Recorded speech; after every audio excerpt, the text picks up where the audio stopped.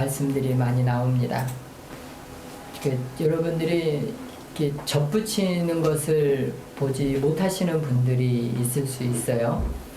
이게 쉽게 말씀을 드리면 탱자나무가 있고 귤나무가 있어요. 귤나무는 생존에 좀 약합니다. 잘 가꿔야 돼요. 근데 탱자나무는 잘 자라요. 잘 안 죽어요. 쉽게 말하면 이 야생성이 강해가지고 잘 안 죽습니다. 그러면은 그 잘 자라는 그 탱자 나무에다가, 나무가 이제 뿌리예요. 뿌리가 있는 나무가 이렇게 있는데 이 중간을 잘라요. 그리고 귤나무를, 이게 귤나무 가지인데 이 탱자 나무에다가 이렇게 끼워 넣어요. 이게 끼워 넣고 이 중간에 여기를 뺑뺑뺑뺑 감아요. 약간 튼튼하게 얘 둘이 붙을 수 있도록. 그러면 종이 비슷한 애들은 붙어요. 땡감하고 단감하고 붙이면 이게 붙어요. 그래서 단감을 만들 때도 단감을 심어서 이렇게 하는 게 아니라 땡감에다가, 떫은 감에다가 단감을 이렇게 붙이면 좋아요. 탱자나무에다가 귤나무를 이렇게 붙이면 더 좋아요. 이런 식으로 접붙이는 작업을 합니다. 그러면은 더 풍성하게 열매를, 우리가 원하는 그런 열매를 맺을 수 있죠. 이게 이제 농업 기법 중에 하나죠. 그런데 우리나라는 뭐 단감, 뭐 이렇게 귤 이런 거를 얻을 목적으로 그렇게 하지만 이스라엘에서도 비슷하게 올리브, 이렇게 감람나무라고 하죠. 올리브유를 얻기 위해서 이렇게 해요. 우리는 기름 그러면 콩기름, 뭐 참기름 이 정도만 생각하는데 이들한테 기름은 단순히 식용이 아니라 그 치료의 목적까지 있어요. 굉장히 더 광범위하게 쓰입니다. 그러니까 우리보다 더 소중해요. 올리브유를 생각하는 게 단순히 식용유처럼 생각하는 게 아니에요. 굉장히 좋은 나무예요. 이게 집집마다 하나씩 있으면 너무 좋죠. 이 소중한 나무예요. 굉장히 이 사람들이 소중한 나무이다 보니까 그 우리나라 그 부대도 청해부대인가 뭐 무슨 부대가 이렇게 그 아랍 지역에 파송된 적이 있잖아요. 그래서 그때 붙인 이름이 자이툰 부대였어요. 그게 그 올리브예요. 올리브 나무예요. 그 정도로 그쪽 동네에서는 굉장히 소중한 나무예요. 우리나라 감나무하고도 좀 격이 안 맞고 뭐 어떻게 비교가 잘 안 되는데 하여튼 좋은 나무예요. 그런 올리브 나무가, 야생 올리브 나무, 우리로 치면 땡감이죠, 땡감. 그리고 좋은 올리브 나무, 우리로 치면 뭐 참나무, 뭐 단감, 뭐 이 정도, 귤나무 이 정도로 좋은 거예요. 그리고 이제 이렇게 접붙이는 경우가 많이 있었거든요. 이걸 지금 예로 든 거예요. 우리는 뭐 이 본문을 읽으면서 잘 느낌이 안 오잖아요. 근데 차라리 우리 버전으로 했으면 땡감을, 뭐 탱자를 이렇게 해요. 접붙였다 하면 금방 왔을 건데. 그런데 이게 지금 무슨 말씀이냐면은, 무슨 말씀 중에 이 말씀이 나왔냐면은, 이스라엘이 원래 구원을 얻은 민족이었어요. 이스라엘은 구원의 샘플이에요. 하나님께서 온 인류가 싹 다 죽게 생겼거든요. 다 멸망받을 그런 사람들인데 하나님께서 건져주면 도망가고, 건져주면 도망가고, 하지 마라 그러면 또 하고, 이래가지고 싹 다 그냥 다 죽일 것이야. 이랬는데 이제 살아난 사람들이 있었거든요. 하나님께서 긍휼을 베푸셔가지고. 그 중에 아브라함이 있었던 거예요. 다 죽을 인생들인데. 그 아브라함의 족속을, 그 후손들을 구원을 하기로, 이게 하나님께서 너희들 인류 중에 구원의 샘플을 보여줄게 하고 만든 민족이거든요. 이스라엘 민족들이. 그래가지고 이 구원의 이 샘플을 어떻게 보여줄까? 그러면서 추려놓은 사람들이에요. 그런데 이 샘플로 모아놓은 사람들이 또 하나님을 잘 안 믿는 거예요. 살만하니까 도망가고, 또 이렇게 가르쳐 얼마하니까 뭐 나쁜 짓 하고, 그러면서 하나님을 자꾸 떠나는 거예요. 참 희한하죠. 수많은 멸망한 사람 중에 뽑아놨더니 감사해야 되는데 그 중에서 또 엄한 짓 한 사람이 나타난다는 거죠. 참. 근데 우리로 돌이켜보면 그래요. 우리도 그래요.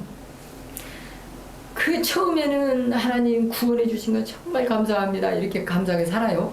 한 10년, 20년 지나잖아요. 잊어버려요. 자기가 마땅히 구원 얻은 사람으로 생각을 해요. 그래서 교만해져요. 하나님, 저한테 이러기가 있어요? 이렇게 나중에 대든다고요. 참, 이게 인생이에요. 참, 우리 인생도 그렇고, 이스라엘도 그렇고, 참, 도찐개찐 뭐 그런 것 같아요. 그러면서, 이 구원의 샘플인 이스라엘 사람들이 얼마나 엉뚱한 짓을 했는가, 거기서부터 이제 11장이 시작한 거예요. 11장 이제 초반부에 이스라엘의 남은 자를 남겨놨다. 이런 말씀이 있거든요. 밑으로 한번 내려볼까요? 네. 아니, 밑으로가 위로 올려버렸네요. 밑으로 내려야 되는데요. 예, 제가 한번 조정을 해볼까요? 네. 자, 제가 조정을 해보겠습니다. 열왕기상의 말씀을 보면 이렇게 돼 있어요. 이 무슨 말씀이냐면 엘리야를 하나님께서 이렇게 부르시는 과정이에요. 엘리야를 처음에 부른 게 아니고 지금 이 장면은 엘리야가 처음에 아합하고 맞짱을 떴어요. 그리고 바알과 아세라 선지자들하고 그냥 맞짱을 떠가지고 1대 400명? 1대 850명? 이 정도로 막 맞짱을 뜬, 지금 생각해도 참 아찔한 일인데 대단한 사람이죠. 믿음이 어마어마합니다. 이렇게 맞짱을 떴는데 나중에 무슨 일이냐면요. 이세벨이라는 여왕이 엘리야 너 죽을 줄 알아. 그리고 전국에 공포를 해요. 그래갖고 엘리야 잡히기만 해봐. 엘리야가 도망을 쳐버렸어요. 죽을 줄 알고. 맞짱을 뜨고 막 그렇게 막 몇백 대 일로 맞짱을 뜬 사람인데 이 양반이 이제 겁을 먹은 거예요. 야, 이세벨이란 여왕이 보통 여자가 아니었나 봐요. 우리가 영국의 블러드 메리, 피해 여왕 이렇게 말하는 사람보다 더 대단했던 여자인가 봐요. 그래가지고 이 엘리야가 겁을 먹고 도망을 쳐버렸네요. 그래가지고 남쪽 광야로 도망을 쳐버렸어요. 네겝 지역에 있는. 거기에서 이제 그 나무라고 이만한 나무가 있어요. 우리가 로뎀 나무라고 그러죠. 볼품없는 나무 있어요. 우리는 좋은 나무라고 하는데 여러분 한번 인터넷에 찾아보세요. 로뎀 나무. 아유, 쌀이 나무가 돼갖고요. 그런데 거기에 이제 이렇게 좋은 나무도 아니고 거기에 이렇게 엘리야가 이렇게 이제 하나님 저 죽을게요. 저 죽여버리세요. 이렇게 그런 거 있는 거예요. 진짜 아주 요즘 말로 하면 그 대단한 선지자가 이제 찌질해진 거죠. 이게 참 영적으로 한번 꺾이잖아요. 참 그게 중요한 것 같아요. 그렇게 잘 나가는 사람도 한번 꺾이면요. 그렇게 볼품 없어지는 게 이 영적 싸움인 것 같아요.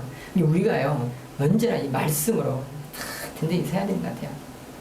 근데 지금 그렇게 있던 엘리야를 하나님이 먹이시고 입히시고 힘 돋우시고 그래가지고 다시 한번 엘리야를 세우시는 과정이에요. 하나님께서 이렇게 세우셨어요. 그러면서 엘리야야 너 할 일이 있어. 너 아직 죽을 때가 아니야. 너 지금 할 일이 많은데 이 태산 같은데 너 지금 이러고 있을 때가 아니야. 그러면서 엘리야한테 힘 주시고 에너지 공급하시고 이래가지고 말씀을 주시는 거예요. 이제 거기서 이 따옴표, 이 쌍따옴표에 있는 말씀이 그거예요. 네가 왔던 광야 길을 돌아가라. 네가 할 일이 있다. 어디로 가야 되냐면 다마스커스 여기로 가라. 여기 꼭 구글에서 찾아보세요. 다마스커스가 어디 있는지. 이스라엘보다 좀 위에 있어요. 그 성에 들어가서 하사엘이라는 왕이 있는데 하사엘이라는 장군이 있는데 이 사람이 이스라엘 왕을 보필하는 사람이야. 그런데 하사엘한테 기름을 부어서 아람 왕으로 만들어. 이게 말이 돼요? 아람 왕을 섬기는 장군이에요. 이 하사엘은. 그러면서 엘리야가 찾아갔을 때요. 뭐라고 그러지 아세요? 엘리야가 딱 찾아가고 하사엘한테 하사엘아 내가 너 기름 부어서 왕으로 만들게. 이러니까 펄쩍 뛴 사람이에요. 내가 아람 왕한테 충성을 다하고 있는 그런 사람인데 내가 어떻게 그런 배신을 한단 말입니까? 이렇게 펄쩍 뛴 충신이었어요. 그런데 결국은 이 하사엘이 아람 왕이 됩니다. 근데 이게 뭔 말이냐면요. 우리로 치면 북한에 올라가가지고 북한 누구 보고 임금을 만들어. 지금 김정은이가 있는데 김정은 밑에 있는 장군이 있는데 그 장군한테 기름을 부어서 그 임금을 만들어. 근데 그게 무슨 말씀이냐면요. 그 임금 홍길동이가 남쪽에 내려와서 수많은 사람을 죽일 것인데 그 왕을 만들어. 이거거든요. 이게 말이 안 되는 거예요. 우리 같으면 아이고 우리 민족이 다 죽는데 그 사람을 그 장군을 세상의 임금으로 만들으라고요? 그 작업이에요. 지금 어마어마한 일을 하라는 거예요. 근데 남쪽 사람들이 그럴만 했어요. 하나님 앞에 혼날 짓을 했거든요. 그러니까 하나님께서 남쪽을 완전히 초토화시키려는 작전을 짜신 거예요. 지금 그거를 하라는 거예요. 엘리야 보고. 근데 엘리야가 해요 또. 진짜. 그런 다음에 님시의 아들 예후라는 사람이 이제 북쪽에 있어요. 우리로 치면은 북쪽 사람이에요. 북쪽 사람에 가가지고 기름을 부으라. 그게 이스라엘의 왕을 세우라. 이 님시의 아들 예후가요 장군이거든요. 장군을 또 세워가지고 북쪽에 있는 사람 그 임금을 만들어라. 지금 북쪽에요 누가 왕이냐면요 아합이 왕이에요. 아합하고 엘리사벳하고 이사벨하고 이게 부부거든요. 굉장히 못된 왕이에요. 아주 못된 왕이 못된 왕비예요. 이 못된 사람들이 있는데 이 사람들보다 더 못된 예후를 임금으로 삼으려는 거예요. 그럼 뭐 하라고 삼으냐면 이 사람들을 통해서 남쪽에 있는 이스라엘 사람들을 쓸어버리겠다는 거예요. 그런 말이 안 되잖아요. 남쪽에 있는 사람들을 다 죽이는데 엘리야가 가갖고 기름을 부어서 임금을 만든다. 이게 말이 돼요? 그러니까 지금 있잖아요. 두 번의 임금을 만드는데 북쪽에 다 있어요. 그 나라들이. 북쪽, 우리로 치면은 만주에 있고 평양에 있는 거예요. 그런데 서울에 있는 사람들을 싹 쓸어버리라는 거예요. 두 명의 왕을 만들어가지고. 지금 이 작업을 주는 거예요. 근데 또 있어요. 여기서 끝난 게 아니에요. 이제 설명을 하십니다. 왜 기름을 부으라는지 17절에. 하사엘의 칼을 피해서 도망치는 사람은 예후가 죽일 것이요. 하사엘이 누구냐면 우리로 치면 만주에 있는 임금이에요. 만주에 있는 임금이 와갖고 싹 죽여버리겠다니 남쪽을. 근데 그걸 살아남은 사람이 있을 거 아니에요? 그럼 그 살아남은 사람은 예후가 와가지고 북쪽에 있는 임금이 와가지고 싹 쓸어버리겠다는 거예요. 그러고 살아남은 사람이 또 있다면 선지자 엘리사를 만들 것인데 그 엘리사가 싹 죽여버릴 것이다. 그러면 남쪽에 누가 남아있냐고요. 우리로 치면은 이제 남쪽에 이 사람들인데 남유대 사람들이에요. 남유대 사람들은 누가 남냐는 거예요. 남을 사람이 없죠. 그런데 그 중에서 남아있는 7,000명이 있다는 거예요. 이 7,000명을 왜 살려두겠냐면 이유가 있어요. 한 번도 바알에게 절한 적이 없고 바알의 우상에게 입맞춘 적이 없는 사람들이에요.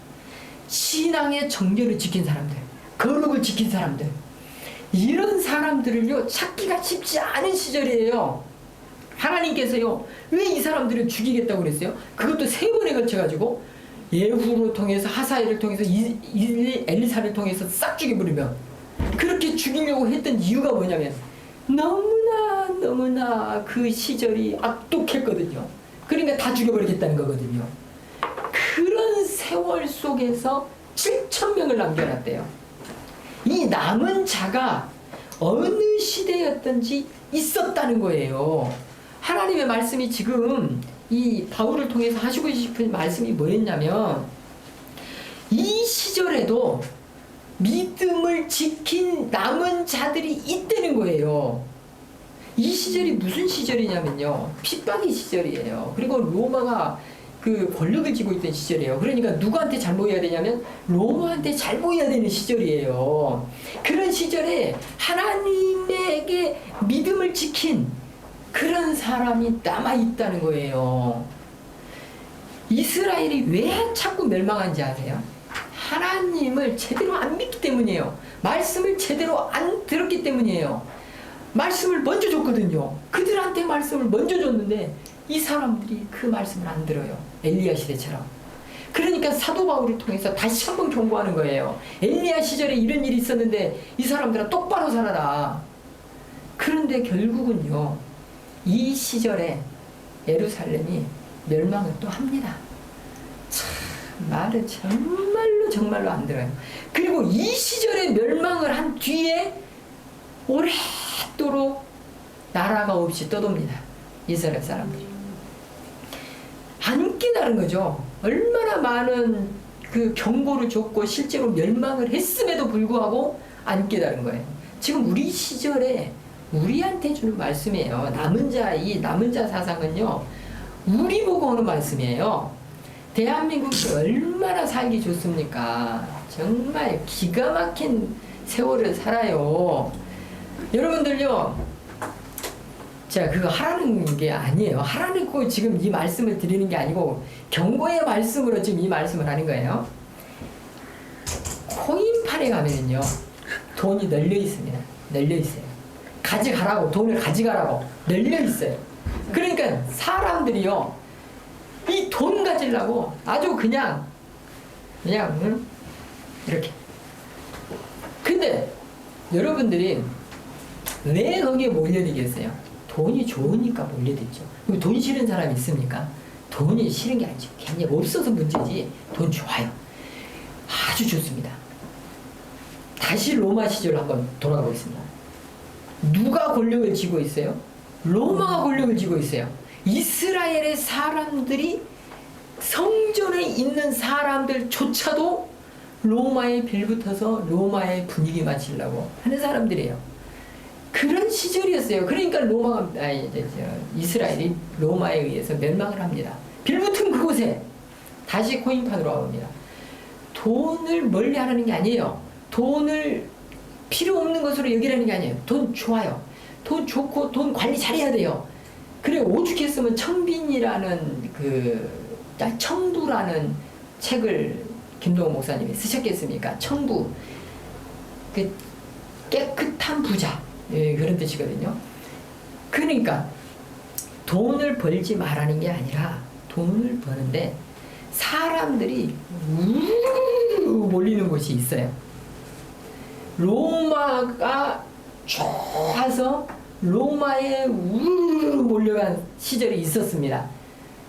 그 로마에 빌붙이지 말라는 게 아니라 로마하고 뭐 이렇게 협조할 거는 협조해야죠. 그러니까 로마를 절대적으로 다 이렇게 뭐 배척하라 이런 말이 아니라, 돈도 절대적으로 배척하라는 게 아니라 사람들이 구름대처럼 몰려드는 곳에 우리 그리스도인들이 이게 깨어 있어야 되는 거예요. 사도 바울도요, 그 로마의 시민권자입니다. 그리고 적절하게 로마를 들어 썼습니다. 로마를 어떻게 썼냐면요, 사도 바울이요, 복음을 전한 곳을 봐봐요. 다 로마 땅이에요. 왜 로마 땅으로 갔을까요? 살라고. 로마 땅이 아닌 데로 가면 어떻게 되게요? 죽어요. 순간 죽어요. 죽은지도 모르게 죽어요. 그 죽었다는 소식도 못 들어요. 로마 땅이 아닌 곳으로 가면. 사도 바울도 로마를 이렇게 썼어요. 그렇지만 사람들이 우르르 몰려가듯이 로마에 빌붙어서 무슨 일을 한 건 아니에요. 로마에 의해서 죽음을 당합니다. 그 복음을 전했다고. 우리가 세상 사람들이 우르르 몰려가는 곳이 있다면 깨어 있어야 돼요. 그것에 얼씬도 하지 말라는 게 아니라, 우리가 왜 이 그리스도의 길을 가야 되는지, 왜 우리는 남은 자가 돼야 되는지, 이 정신을 갖고 살아야 돼요. 바알에게 무릎을 꿇지 않았다는 게 무슨 말이냐면은, 이스라엘 땅 남은 나라가, 힘센 나라가 와가지고 점령한 그 땅에 살지 않았다는 게 아니에요. 여기서 바알에게 무릎을 꿇지 않았다는 것은 하나님의 말씀을 지키며 살았다는 거예요. 사람들이 우르르 몰려가는 곳에 하나님의 말씀을 지키면서 가서 보는 것 좋습니다. 그걸 봐야지요. 세상이 어떻게 돌아가는지 보고, 그런 데서 무엇을 지키며 살아야 될지 우리가 봐야 돼요. 이런 말씀이에요. 제가 말씀드리는 거는, 남들이 막 몰려가니까 막 나도 뭐 생각 없이 그냥 남이 장에 간다니까요, 걸음을 쥐고 쫓아가는 사람들이 있어요. 걸음을 물론 팔기도 합니다.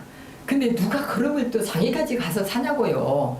그러면서 사는 인생을 살면 안 돼요. 이런 사람들은 절대 신앙의 이 말씀에서 말씀을 드리는 남은 자가 아니에요. 그러니까 접붙이려면 뭔가 근거가 있어야 되잖아요. 이 접붙이려는 이 좋은 이 생명력 강한 이런 남은 자가 우리가 돼야 돼요. 근데 여기서는 이제 좀 반대로 됩니다. 접붙이는 애가 좋은 애고 가지가 이제 돌감람나무인데 이거 좀 얘가 조금 좀 다른 뒤바뀐 경우이긴 하지만 어쨌든지 간에 우리는 이 남은 자가 돼야 돼요. 마지막 시대에 대한민국에 살아가는데 대한민국을 떠나라는 게 아니에요. 대한민국에서 살지 말라는 게 아니에요. 어디서 살든지 하나님의 말씀을 지키는 사람으로 살아가야 돼요. 그러면요, 여러분들을 보고 사람들이 따라옵니다. 그런데 어떤 사람이 그랬어요. 실제 있는 일이에요. 몇십 년을 같이 옆에서 있던 친구로 지냈는데, 아는 사람으로 지냈는데 어느 날 내가 누구 집사님 이렇게 부르니까 집사님이셨어요? 옆에 있는 사람이 그러는 거예요. 같이 있는 사람들. 그러면 안 되죠. 그리스도인인지 아닌지도 몰라. 타인이 나를 보면서. 그러니까 한 번도 그리스도인의 모습을 보인 적이 없는 거예요. 이런 게 남은 자가 아닌 거예요. 우리가 이 마지막 시대에 살 때 남은 자 사상을 가지고 살아야 돼요. 이게 전제가 돼야 이 본문의 말씀이 이해가 돼요. 이 남은 자 사상이 돼 있어야 돼요. 여러분들이 11절을 지금 제가 여기는 써오지 않았는데 여러분들 성경에 11절을 한번 보시기 바래요. 제가 한번 읽어보겠습니다. 내가 다시 묻습니다. 이스라엘이 걸려 넘어져 완전히 망하고 말았습니까? 결코 그렇지 않습니다. 오히려 그들의 죄 때문에 그 구원이 이방인에게 이르게 되었고 이스라엘은 이방인들을 보고 시기하게 되었습니다. 이스라엘 사람들이 넘어져가지고 말씀을 떠나니까 멸망하고 막 하나님 앞에 뭐 책망받고 막 혼나고 채찍받고 막 이랬어요. 그럼에도 불구하고 그들 속에는 남은 자가 있다는 거예요. 이 굉장히 중요한 거예요. 우리가 이스라엘을 통해서 구원을 얻은 사람들이에요. 우리가 어떻게 이 말씀을 얻었어요? 이스라엘 사람들이 이 말씀을 보존을 했잖아요. 그러니까 이 구약의 말씀을 보존했으니까 우리가 그 말씀을 받은 거거든요. 그러니까 우리가 이스라엘 사람들한테 손가락질을 막 이렇게 하잖아요. 그러면 어떤 거 똑같냐면은 내 얼굴에 있는 똥은 못 보고 저기에 있는 사람의 죄는 보는 거하고 똑같아요. 나한테 냄새가 풀풀 나는데 저 사람은 뭐 실수했다고. 지금 그 말씀이거든요. 이스라엘에 남은 자가 있는데 그 남은 자를 무시하고 그 이스라엘 사람들을 무시하고 이방인들이 저 사람들 저 이스라엘 사람들 내 파이네 못 쓰겠네 이렇게 하면 안 돼요.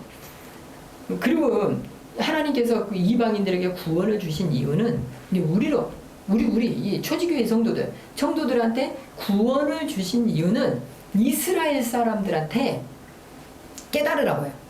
야 너희들 이스라엘 백성들 깨달아라. 이방인들도 하나님께서 구원하실 수 있어. 너희들만 구원하는 거 아니야. 이렇게 지금 깨우치라고 이 말씀을 주시는 거예요. 지금 사도 바울의 말씀의 요지가 지금 그거예요. 이스라엘에 남은 자가 있는 건 맞아요. 그러면서 깨우쳐 주는 거예요. 그리고 이방인 성도 여러분, 지난주에는 누가 대상이었냐면 유대인 중에 그리스도인. 근데 이번 주는 이방인 중에 그리스도인. 그러니까 모두에게 지금 주시는 말씀이에요. 유대인들은 너무 기죽지 마십시오. 당신들로부터 구원이 시작됐습니다. 이건 위로를 주시는 말씀이고, 이방인들한테는 너희들 교만하지 마라. 니들이 구원을 얻었다면 그건 유대인들한테서 이렇게 흘러 들어온 것이지 니네들이 뭐 잘나서 똑똑해서 뭐 이게 된 거 아니다. 지금 양쪽을 다 깨우치는 말씀이에요. 그러면서 중요한 것은 누군가가 구원을 얻었다면 그것은 전적으로 예수님 때문에 얻은 것이지 누가 뭐 잘나서 잘해서 학벌이 좋아서 이렇게 얻은 것은 아니다. 이것을 지금 깨우쳐 주시는 말씀입니다. 그래서 13절부터 있는 말씀이 뭐냐면 제가 한번 13절을 다시 읽어봅니다. 이제 이방인 여러분에게 말하겠습니다. 이방인 뭐 비그리스도인들 말하는 게 아니에요. 그리스도인들이에요. 나는 이방인의 사도로서 내가 맡은 직분에 대해 영광스럽게 생각하고 있습니다. 이방인들에게 복음을 전하는 사람이라는 거예요. 그것을 나는 자랑스럽게 생각합니다. 나는 어디 가서든지 이거 자랑하고 다닙니다. 다만 내가 바라는 것은 내 동족에게 시기심을 일으켜서 그들도 좀 깨달으라고. 그래서 남은 자가 그 속에 있으니 그 남은 자들을 통해서 더 이 그 시너지 효과가 일어나가지고 막 그 복음이 활발하게 움직여가지고 깨우치고 다시 하나님께로 돌아왔으면 좋겠다고 지금 그 말씀이에요.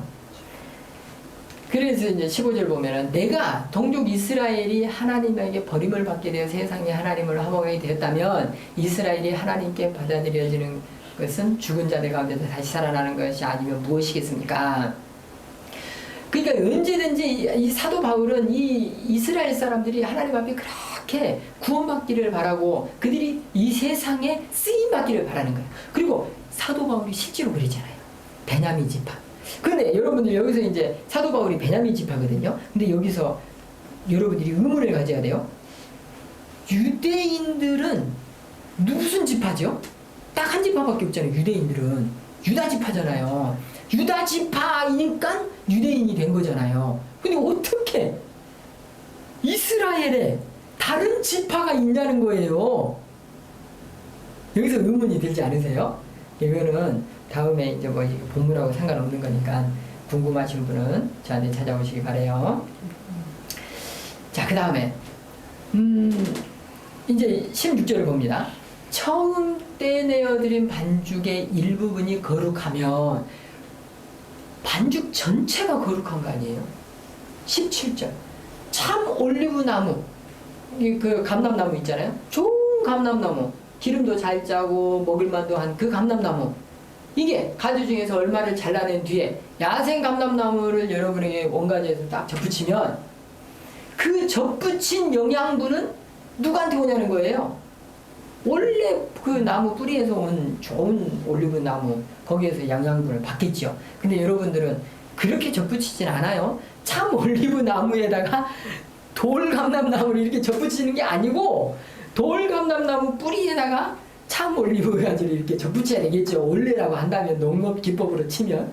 그런데 이제 이거는 그런 농업 기법을 설명하는 게 아니고 여러분들이 어떻게 살아나는 거예요. 구원을 받았는데 여러분들이 구원받은 거 어디서부터 구원받은 거냐는 거죠. 이스라엘 사람들로부터 그 말씀을 이어받았기 때문에 여러분들한테 이 시대는 구약의 말씀이 주어진 거 아니냐는 거죠. 지금 우리는 신구약 말씀을 다 받았지만 이 당시의 성도들은 구약밖에 없었어요. 신약 성경이라는 게 존재하지 않았어요. 그러니까 당신들이 어디를 통해서 구원했냐는 거죠.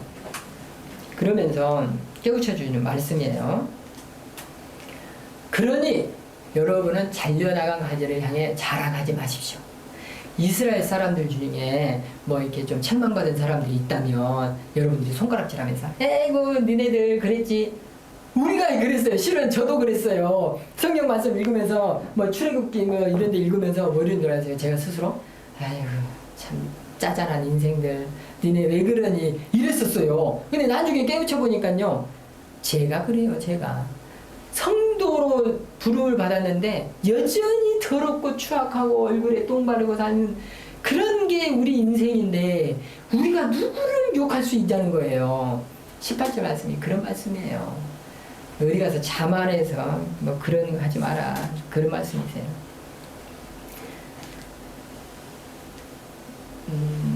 20절 말씀을 봅니다.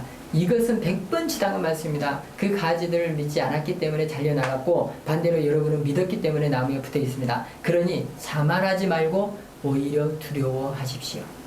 우리가요 이스라엘 사람들 성경 읽으면서 얘네들 지난 이 전에 성경에서 그렇게 혼나고 또 이번 성경에서 또 이렇게 혼나냐? 아유 바보 같은 것들 이렇게 할 게 우리지만 실은 그게 우리의 모습이에요. 자만할 것도 없고 오히려 우리는 두려워해야 돼요. 그들의 모습을 보면서 아유 나도 이러겠네. 얼마나 참 아유 두렵고 떨리는 마음으로 하나님 앞에 구원을 받을 때는 두렵고 떨림으로 구원을 받아야지 뭐 어떻게 그냥 교만해가지고 하나님 마땅히 받을 것을 받는 것입니다.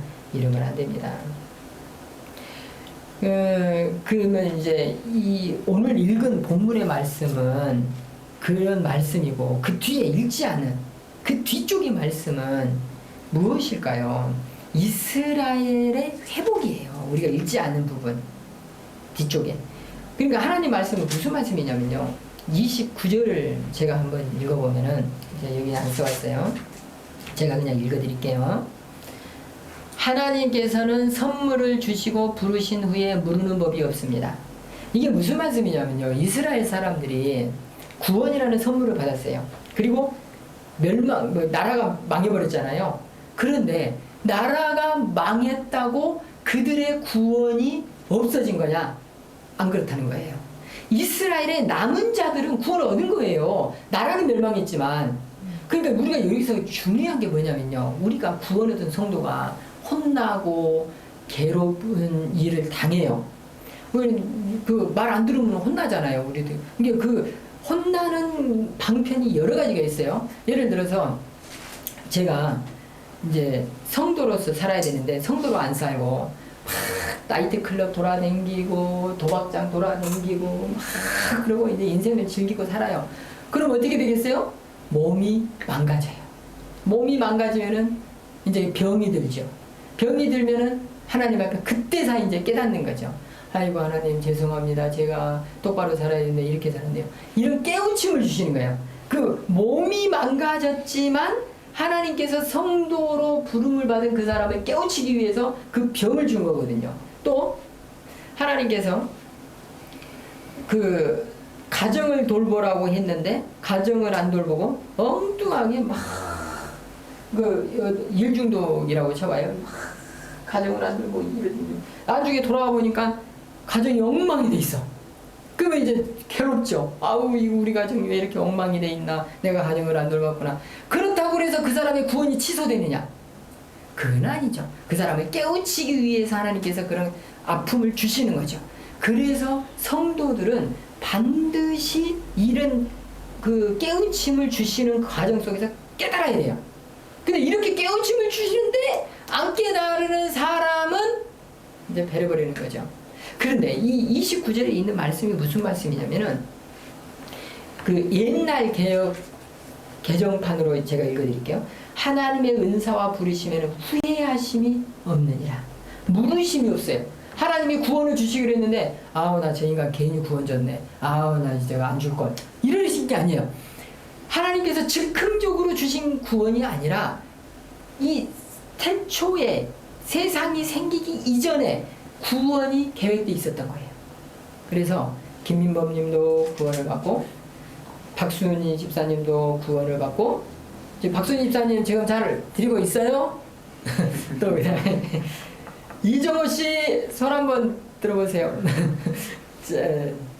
지영근님, 네, 이주님, 우리가 이주님이 구원을 얻었다면 하나님의 즉흥적인 구원이 아니라 세상이 생기기 이전에 생긴 구원이에요. 그래서 하나님께서 아우 나 이주님 구원을 괜히 줬네, 아우 후회해라 이런 거 없어요. 마땅히 줄 구원이었어요. 다만 이주님이 말을 안 들어서 하나님 앞에 혼나게 되면 그 혼나는 것은 채찍이지 목을 쳐버리는 것이 아니에요. 이건 그냥 하나님의 채찍이에요. 채찍. 회초리. 이스라엘이 하나님 앞에 그렇게 고난의 세월을 당한 것은 채찍을 맞은 것이지 이 회초리를 맞은 것이지 아주 이스라엘의 근간이 없어져 버리는 그런 일은 아니에요. 우리도 마찬가지입니다. 하나님 앞에 구원을 얻었어요. 이제는 구원을 얻은 사람들이니 혼날 수 있어요. 그러나 그 구원이 후회되시거나 하나님 편에서 후회된 구원이거나 누르는 구원이 아니에요. 그러면 우리는 남은 자로서 이 세상을 살아야 돼요. 이방인이지만 우리는 이방인이에요. 하나님 앞에 이스라엘 사람들을 보게 이방인이에요. 이방인이지만 구원을 얻은 사람이에요. 그러면 이스라엘에만 남은 자가 있어야 되냐? 이방인 중에도 우리는 남은 자가 돼야 돼요. 우리가 남아 있어야 누군가에게 복음을, 말씀을, 예수님을 전할 수 있게 돼요. 그래서 우리는요, 남은 자가 돼 있어야 돼요. 그럼 우리 남은 자는 어떻게 살아야 되느냐? 겸손하게 살아야 되고 말씀 중심으로 살아야 돼요. 세상 사람들이 떼거리 몰려가듯이 막 몰려갈 때 나도 막 걸음 들고 막 짐지고 막 가고 몰려가가지고 막 거기에 빠져가지고 말씀을 하나도 생각을 안 하고 이렇게 살면 안 돼요. 남은 자는 깨어 있으면서 두려운 마음으로 하나님을 경외하는 마음으로 무서워하는 마음으로 살아 있어야 돼요. 이게 굉장히 중요합니다. 무섭고 두렵고 떨리는 마음이 있어야 돼요. 이 남은 자한테는. 그런 마음이 없으면요, 막 그냥 흐트러져서 산다고요. 남들 막 자본주의 사회에서 자본이 중요하잖아요. 자본은 위에서 몰려다니는, 몰려다니는. 그렇다고 이거를 뭐 하지 말라는 거 아니에요. 자본 모아야 됩니다. 우리가 자본주의 사회에서 국가에서 다 책임 안 져줍니다. 우리 개인이야 각자 도생하는 거예요. 그러니까 자본은 중요해요. 그렇다고 여러분들 오늘부터 이제 막 재산 다 팔아버리고 막 그거 아니에요. 여기서 중요한 것은 남은 자라는 그 생각을 반드시 갖고 살으시라는 그런 경고의 말씀을 드리는 겁니다. 그러면서 더불어서 감사의 마음으로 사시길 바라겠습니다. 기도하겠습니다.